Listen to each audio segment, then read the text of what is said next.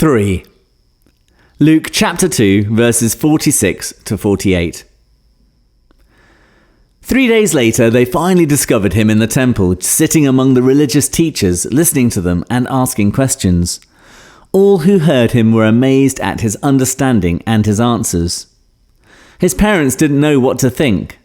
"Son," his mother said to him, "why have you done this to us? Your father and I have been frantic, searching for you everywhere." Jesus was just 12 years old and he was in the temple in Jerusalem.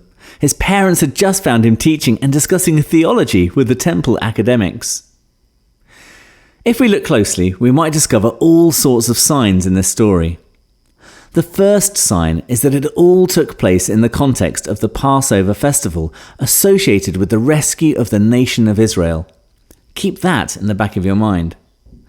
The second sign was the temple itself. After 3 days of searching, Jesus' parents found him in the temple. Now, the temple in Jerusalem was the place where the presence of God could be found. If you were looking for God, then you would go to the temple.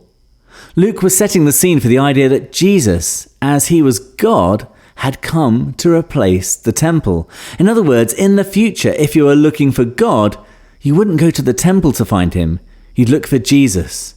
God would be found in the person of Jesus Christ.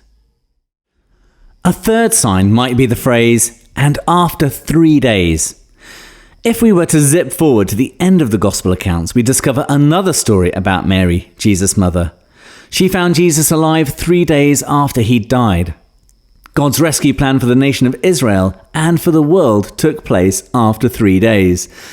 And the middle day was a day of anguish and sorrow. Note that in this story, this was the day that Mary and Joseph were worriedly pegging it back to Jerusalem. However, despite all these potential signs, the faith lesson we can learn from this story is that it's possible, like Joseph and Mary, to carry on with our lives, but leave Jesus behind. We constantly need to check, not that he's with us, but that we're with him. Spend a moment thinking how close you are to God. This might be a new idea to you, or if you're a person of faith, it might be something you've thought about before. What can you do to put yourself back into the presence of God? Holy God, forgive me when I've gone my own way and left you behind. Help me stick close to you and to rest in your presence, this day and forever. Amen. How in our spiritual journey can we stay close to Jesus and not leave him behind? And why is it a coincidence that this all took place during the Passover, that there was a 3-day gap in finding Jesus, and that Jesus was found in the temple itself?